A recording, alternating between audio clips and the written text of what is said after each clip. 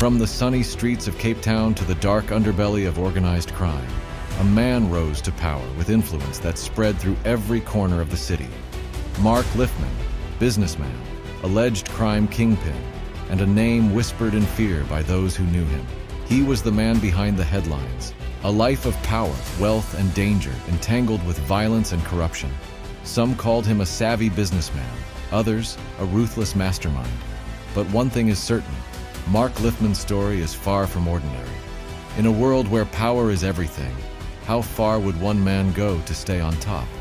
He was called the gentleman's gangster and went from baking peanut clusters in his mom's kitchen to becoming one of the most notorious underworld figures in the city of Cape Town and the country of South Africa.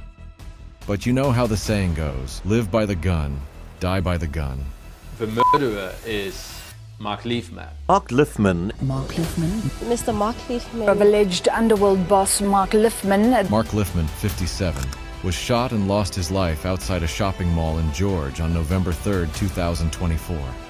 But who was Mark Lifman and what made him so infamous? Before we get into it, make sure you subscribe and hit the notification bell so that you never miss out on any of our future videos. Lifman led a double life allegedly. He was always neatly dressed, often in a suit, his hair slicked back, and he wore sunglasses. He could easily have been mistaken for a school principal or even a professional in the business sector. He was a husband and father and kept his family life private and out of the troubles that had followed him since 1999.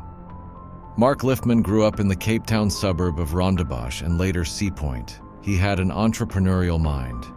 He began his business ventures at a young age, baking peanut clusters and coconut ice. Lifman attended Sea Point High School and later enrolled in the Army.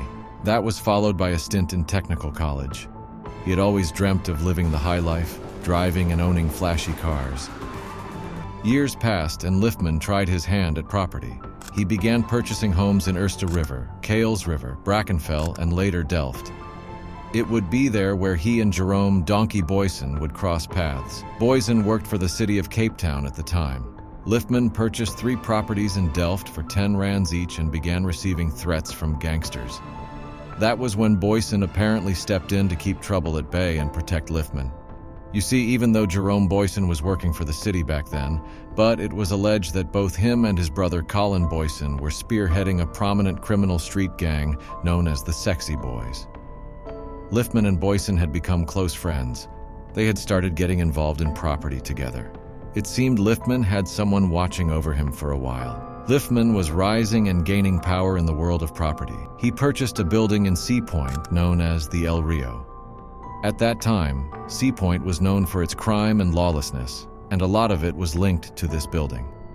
Even though he was becoming a powerful force, he was still largely unknown to the public. However, Lifman became known publicly in 2005 when he was accused of the indecent assault of 7 boys and made appearances in the Atlantis Magistrates Court. He denied that he was a pedophile. Lifman, who had been granted 200,000 rands bail, pleaded not guilty to the charges, including that of the attempted murder of a man who had procured the boys and defeating the ends of justice. Lifman was acquitted. The state's case had collapsed because of so-called issues with witnesses.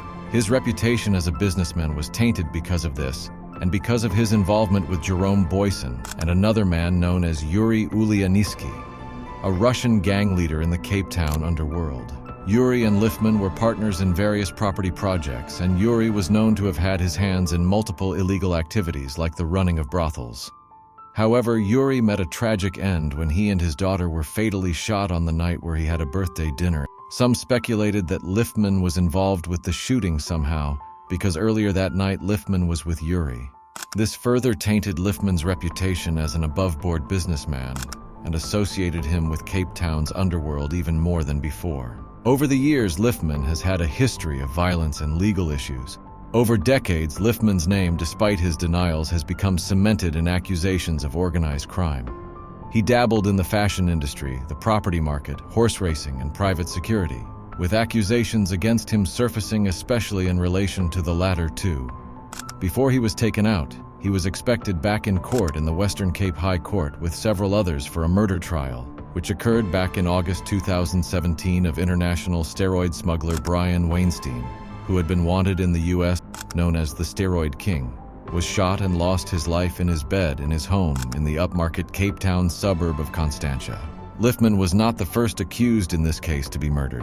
When Lifman was arrested for the Wainstein murder in December 2020, he was detained along with Jerome Donkie Booysen and William Red Stevens. Stevens was reputed to have been one of the most seasoned 27s gangsters in the Western Cape. He was shot dead in early 2021, about a week before he was due back in court with Lifman and Booysen in connection with Wainstein's murder. In the 1990s, Cyril Bika, a rumored apartheid state operative, ran things in Cape Town's underworld, and some police officers maintained he was running an extortion racket linked to the Italian mafia. Police investigators said Bika used mobs of men to force his security services on establishments. Bika was murdered in 2011. After Bika's murder, Lifman, Booysen, and another associate of theirs, Andre Naud, also an accused in the Wainstein murder case, became prominent in private security focused on Cape Town's city center. Lifman and Naud were arrested and faced 313 charges for allegedly running a security company without the necessary registration. In 2015, they were cleared of those charges and countered that the state had targeted them. Lifman was now a prominent figure in the Cape Town scene. He was even pictured to be in attendance of former President of South Africa Jacob Zuma's birthday rally. In 2017, another suspected organized crime kingpin in Cape Town's underworld, Nafiz Modack, who had known Bika and seemed to be aligned with him, tried to seize control of bouncer operations in the city from the Lifman crew. He was basically muscling in on Lifman's territory, but Lifman wasn't having it. From then on, it was Lifman versus Modack. In 2016, Mark Lifman and associates like the Booysen brothers and Naud formed an alliance known as the Brotherhood. The group aimed to control Cape Town's nightlife security industry. However, the alliance quickly fractured. Jerome's brother, Colin Booysen, switched sides and joined forces with Lifman's rival, Nafiz Modack. Clashes between the Modack crew and the Lifman crew sparked violence in Cape Town's underworld for supremacy from there onwards.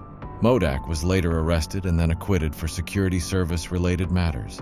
He was subsequently re-arrested for other crimes and is now in custody and on trial for the murder of a policeman in Cape Town in September 2020. Mark Lifman also had troubles with tax. About a decade ago, SARS investigated his tax affairs and he was hit with a 388 million rand tax bill.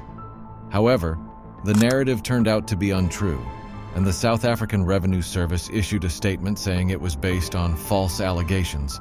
But in February 2022, it became apparent that Lifman was still embroiled in tax issues with SARS after City Press reported, Lifman wants the Cape Town High Court to prevent the tax collector from liquidating his property business. At the time of his murder, Lifman was taking legal action against various parties. Included was Randolph Joerberg, the owner of the beer house in Cape Town city center. Lifman was claiming damages of 1 million rands from Joerberg. The beer house saga goes back many years. A doorman at beer house, Joe Canyona, was fatally stabbed and lost his life at the beer house in 2015, allegedly after Joerberg refused to pay protection fees styled as security services. At the end of July 2024, the beer house announced it was shutting down because of matters relating to extortion. The investigative TV program Carte Blanche ran a segment on beer house, and in an interview, Joerberg referenced Lifman. In an affidavit dated 21st October, Lifman asserted that Joerberg had defamed him through the statements he made on Carte Blanche, so he sued him for defamation of character. But to me, the murderer is Mark Lifman. Would you testify against Mark Lifman? Of course. Before he lost his life, he was also involved in another legal dispute with Joerberg. He was pursuing the beer house property. But how did Mark Lifman lose his life? Lifman was allegedly lured to his death after receiving a call to go to the Garden Route Mall in George, where he arrived without his bodyguards. He was walking to his car when two gunmen in a white VW Polo opened fire, hitting multiple times, and he lost his life on the spot. His alleged shooters were later nabbed hours later in Uniondale and made their first appearance in the George Magistrates Court on the 12th of November 2024. Gert Bezeidenhout and Johannes Jacobs were charged with Lifman's murder. Do you think Mark Lifman's murder was the end of the power struggle in Cape Town's underworld? Let us know your thoughts down in the comments. If you enjoyed this video, smash that like button and subscribe to our channel for more. I'll catch you on the next one. Peace.